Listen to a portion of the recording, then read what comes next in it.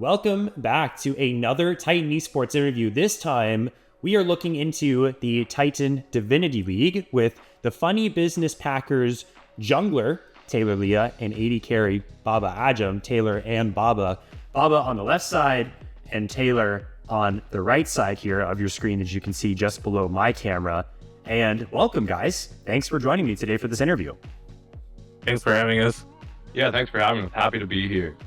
All right, awesome. So to start, I'll ask you guys, is this Funny Business Packers team, in terms of the players that are on it, is this a new team where you guys haven't played with each other before, or is there some pre-existing synergy kind of built up here? Taylor, you want to take the lead on this? Yeah, so kind of a mix of both, actually. So me and BabaAjam have played together in college. Way back in the day, I actually coached his college team that we had. Oh, nice. And we played in like a C-Star League, but this was back in like 2020, right? I believe. Yeah, 2020. And then the rest of the gang is fairly new. So we got Kimchi that we brought in, just got him through tryouts this split. And then we got Gray, who we picked up the middle of the split because we had some scheduling conflicts that for our initial starting lineup that we had. And then Corey we had on a team last split under the org, but we brought him in as a we decided we were gonna run it back with him, and then me and Baba wanted to play on a team together, so we made some moves to make that happen. Nice. Cool. So Yeah, that's kind of some history to it. Yeah, nice. So that, I guess you guys could say that's made it a little bit easier, kind of knowing each other prior when it came to starting things out with this team at the start of the season. Yeah, I feel like we did, like, initially we knew each other's playstyles, and both me and Taylor, we do try to match up with the rest of our players. So I feel like that does help a bit. Corey, we initially started him out as a mid laner, but due to the scheduling conflicts, we thought it was better to bring in a new mid laner, which is where we found Gray, and Corey back to his main on support. So realistically, we are sort of a new lineup, but I feel like as the weeks go on, we should be able to synergize well. So you guys, did you have something to say, Taylor? Sorry if I cut you off. It's all good. I was just gonna say I couldn't have said it better. Like, I think like once the team starts clicking, it'll be great. And I think having Cody there, Effervescent, as our initial starting support was fine, and I think that was good because he's our boy. We played with him before as well. He's still kind of around, so we might see him again. Nice. But depends how things go. So what are the comms like for your team, and what kind of role do each of you play? I know in the jungle role, Taylor, you will probably have a little bit more of a vocal role, and sometimes that's not always the case. And you, Baba, in the AD carry role, you're normally focusing on your performance in team fights, counting your mechanics, just making sure you have enough farm to be able to carry in those fights. So what are the comms like, and what roles do each of you play when it comes to making communications happen in game? Baba, if you want to start off, I feel like I yap too much. So technically, yeah, you are correct. We do have Taylor and Corey alongside him calling the shots for the team as a whole, for example, like for objectives, for map control. We do have Kimchi, who does try to look at some of the picks if possible within the map. Myself, I do try to call out positions wherever we can, and like the targets during team fights mostly. And like, I scream for the peels whenever anyone's on me, pretty much.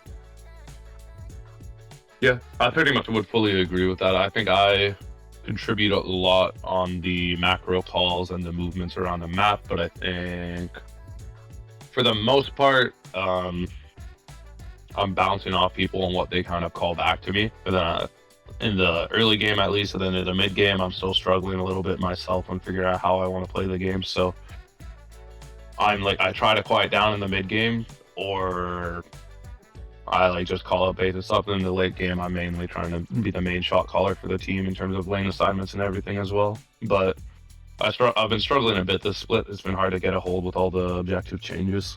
Yeah, I know. With season 15, junglers, shot callers, you guys have it really rough because there is a whole lot. There's certain map points where you have like Otacon and Dragon and Baron on the map all at the same time, so I don't envy you guys in that respect. You guys started 2-0 in Divinity, and then your last two matches haven't gone your way. How have the last 2 weeks with those two losses, now you're at 2-2 in the standings, has that affected the mental of the team at all, the team spirit, and what kind of has to improve to remedy kind of those two losses that you guys had in the last 2 weeks for you guys to start getting some wins? I think personally, I think it's been more so of a bit of a wake up call almost, in terms of like not really like a wake up call in the sense of, all right guys, let's wake up. We know we're good, we just gotta play to it. But it is kind of that at the same time, but it's not really. It's more so like, all right guys, if we want to actually do good, we actually got to try to do good. But I have no doubt in my mind, and like my faith in this team hasn't faltered at all since the beginning of the season split to now. It's been a little bit more my faith in myself, but other than that, I'm still feeling locked in. I think we got a good chance. Just to add to what Taylor said, yeah, I agree with him. I agree with them.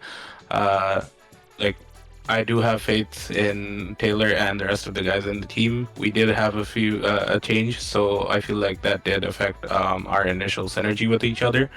But we have had 2 weeks to work it out, and I feel like going forward we do have more of a goal that we can all agree on in terms of playstyle and whatnot. So yeah. And so in practice then, you guys say you're working on your gameplay, you're improving as the season goes on, you have a couple changes, so you've had to get over those hurdles. What does the practice regime look like for you guys? Like scrims, are you VOD reviewing? Kind of break that down to me when it comes to like post-match, pre-game, what does that look like? So for the most part, it's a lot of discussion and just playing together. Like I feel like we each individually like VOD review our games and like see what we think we can improve on. And then we kind of just talk about it with the rest of the team. We don't have like a specific night where we get together and do VODs. We got our kind of 1 weekly scrim where we kind of pull into scrims. At least I'm trying to make it so that we come into a scrim with the objective of working on a specific thing and then a specific strategy that we're trying to make work and like work on as a team, rather than just trying to play to win, because I feel like it's not productive to do that. And then I feel like, especially at this level where I feel like it's a lot easier to win when you like have something that you're doing and you know you can do consistently. And then we just kind of figure out what that is as a team throughout the week. Nice. So I guess as we're kind of wrapping up here, we're looking ahead now to your next matchup in the Divinity League.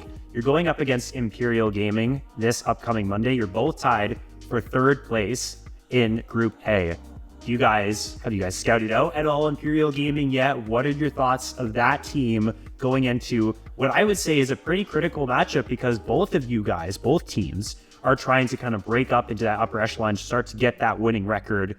What are your guys' mindset going forward, looking towards that team? Do you have any thoughts on that team? I mean, Imperial definitely have they have their momentum going for them, especially against their match against TFF. And Azurix is probably one of the best mid laners I've seen in the league so far. So pretty much we have been scouting them. Hopefully the last 2 weeks we've shown our funny side with Imperial Gaming. We'll get to business. Well said. Yeah. I think for IG, I played on IG for I think 2 weeks a few splits ago with Azure, and then I didn't feel like I was a good fit with them. But now they got Azure back in the mid lane. He took a split away from Titan, and then you got Ivar, who I've never actually watched play, but I know he's goated. The other 3 guys I don't really know who they are. I know Paradigm Shift seems to be doing pretty good down there, but I'm not sure about the rest of their map in terms of how good they've been doing or not. But I'm pretty confident. If things go how I want them to go, it's an easy 2-0. If things don't go how I want them to go, it's an easy 0-2. That's all I can really say about it. A little bit of volatility in the matchup there. Maybe a chance to kind of beat an organization who you've been on before. And Baba says it's all business for you guys when it comes to that matchup. So yeah, good luck when it comes to that. And now we're kind of wrapping up the interview here. Do you guys want to give any last shout outs to maybe teammates or friends before we close out? Shout out to my girlfriend, Jade.